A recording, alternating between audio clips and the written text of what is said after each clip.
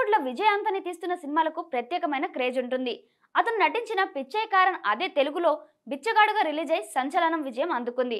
తెలుగులో ఒక dubbing cinema నేరుగా 100 రోజులు ఆడటం చాలా ఏళ్ల తర్వాత బిచ్చగాడు సృష్టించిన సంచలనం రికార్డుంది. విజయ్ ఆంటోనీ హీరోగా శశి డైరెక్షన్ లో తెరకెక్కించిన బిచ్చగాడు సినిమా అసలు ఏమాత్రం అంచనాలు లేకుండా పిచ్చ బ్లాక్ బాస్టర్ హిట్ కొట్టింది. బిలియనీర్ అయిన హీరో తల్లి కోసం బిచ్చగాడిలా మారిన కథ, ఆ కథను నడిపించే కథనం అన్నీ కూడా ప్రేక్షకులకు బాగా ఎక్కేశాయి. సెంటిమెంట్ సినిమాలను బాగా ఎంకరేజ్ చేసే తెలుగు వాళ్లకు బిచ్చగాడు సినిమా బాగా నచ్చింది. అందులోని మదర్ సెంటిమెంట్ అవడంతో బిచ్చగాడు రికార్డులు సృష్టించింది. ఆ సినిమా ఇచ్చిన హైతోనే విజయ్ ఆంటోనీ పాత సినిమాలకు క్రేజ్ పెరిగింది. వరుసగా వాటిని డబ్ చేసి రిలీజ్ చేశారు.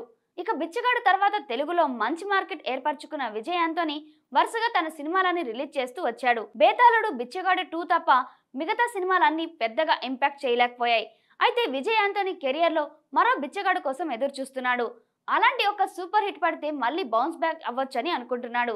బిచ్చగాడు 2 తర్వాత తీస్తే మళ్ళీ బిచ్చగాడు 3 తీయాలి. అయితే టైటిల్ పెట్టినంత ఈజీగా కథ కుదరదు. అందుకే బిచ్చగాడు టైటిల్ కి సరిగ్గా కుదిరే కథ కోసం వెతుకుతున్నాడట. విజయ్ ఆంటోనీ ప్రయత్నాలు ఎంతవరకు సక్సెస్ అవుతాయనేది చూడాలి. సరైన కథ, కథనాలు కుదిరితే మాత్రం బిచ్చగాడు వల్ల వచ్చిన ఇమేజ్ తో విజయ్ ఆంటోనీ తప్పకుండా తిరిగి తెలుగులో ఫామ్ లోకి వచ్చే అవకాశం ఉంది. అంతేకాదు విజయ్ ఆంటోనీతో తెలుగు స్ట్రైట్ సినిమా చేసినా సరే ఆయనకు ఉన్న మార్కెట్ కి వర్కౌట్ అవుతుంది. మరి మన దర్శకులు ఎవరు అలాంటి అటెంప్ట్ చేయాలనే ఆలోచన రావడం లేదెందుకో అర్థం కావట్లేదు. ఏదేమైనా విజయ్ ఆంటోనీ మరో మంచి సినిమాతో ప్రేక్షకులను అలరించాలని ఆడియన్స్ ఎదురు చూస్తున్నారు.